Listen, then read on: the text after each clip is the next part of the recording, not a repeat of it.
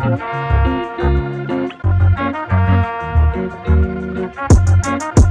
girl, we racing, baby, yeah.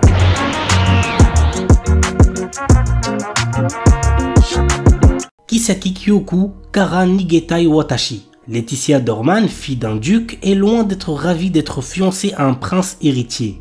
Cette alliance arrangée depuis son enfance devrait l'amener à devenir reine. Mais elle a toujours espéré que le prince Clark tomberait un jour amoureux de quelqu'un d'autre. Alors quand il se présente à un bal avec une femme, c'est avec enthousiasme que Letty se retire à la campagne pour commencer sa nouvelle vie. Jusqu'à ce que Clark apparaît, déterminé à conquérir son cœur. L'anime a pour genre comédie, fantasy, romance et pour thème amour, royauté.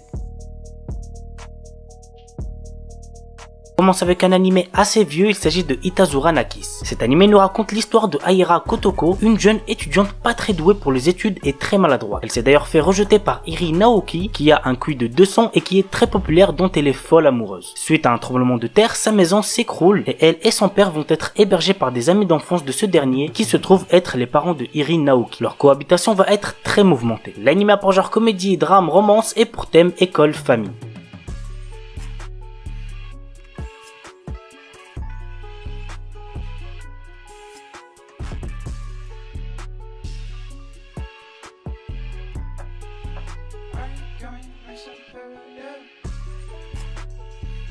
Tonikako Kawaii, un animé très chill sans prise de tête qui va très certainement vous plaire. Voici de quoi ça parle. En entrant au lycée, Nasa Yuzaki a eu le coup de foudre pour la belle et mystérieuse Tsukasa. Lorsqu'il lui avoue ses sentiments, elle lui répond « J'accepte de sortir avec toi mais seulement si on se marie ». Quelques années plus tard, tout juste arrivé à l'âge adulte, Nasa et Tsukasa vont enfin commencer leur vie amoureuse. L'anime a pour genre comédie, romance, slice of life et pour thème adolescence, amour, mariage.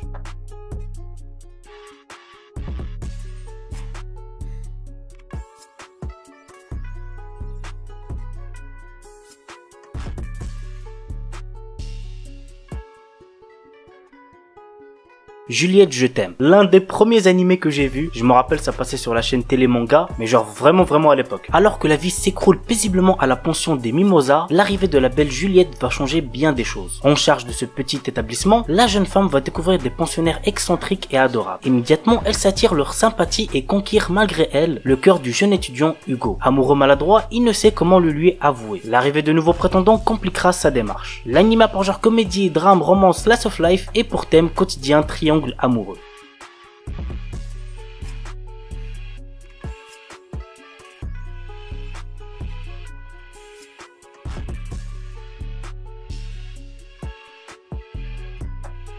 Step Up Love Story. Le jeune couple Makoto et Yura vient juste de se marier. Malheureusement, ils sont vierges tous les deux alors qu'ils ont déjà 25 ans. Makoto n'a jamais vu une femme nue de sa vie sauf dans les vidéos. Ce n'est pas mieux en ce qui concerne Yura. Ils vont devoir apprendre les pratiques sexuelles que leurs amis leur racontent. L'anime a pour genre comédie, ecchi, érotique, romance, slice of life et pour thème mariage. Il est déconseillé au moins de 16 ans puisqu'il contient de la nudité.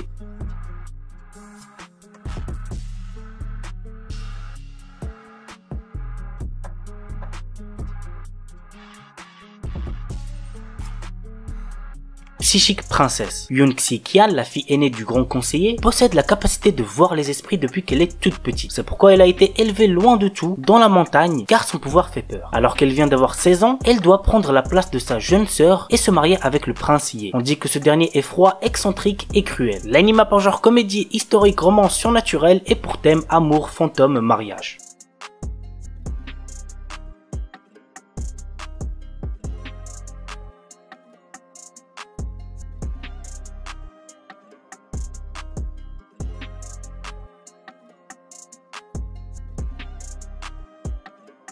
Et on termine avec Fushigi Yugi. Mika est soumise au stress des examens. Un jour, en l'accompagnant Yui, sa meilleure amie, à la bibliothèque, elle trouve un livre nommé Les écrits des 4 dieux du ciel et de la terre. Mais ce livre est magique et les deux jeunes filles sont aspirées dedans. Dans le monde du livre, qui se passe dans une sorte de Chine ancienne, elle devient la prêtresse de Suzaku, un des 4 dieux protecteurs du pays sud, avec pour charge de protéger le royaume. Mais la prêtresse de Seryu, dieu protecteur d'un pays rival, n'est nulle autre que Yui. L'anime a pour genre aventure, comédie, drame, fantasy, historique, romance, shoujo et pour thème autre monde, mythologie, triangle amoureux.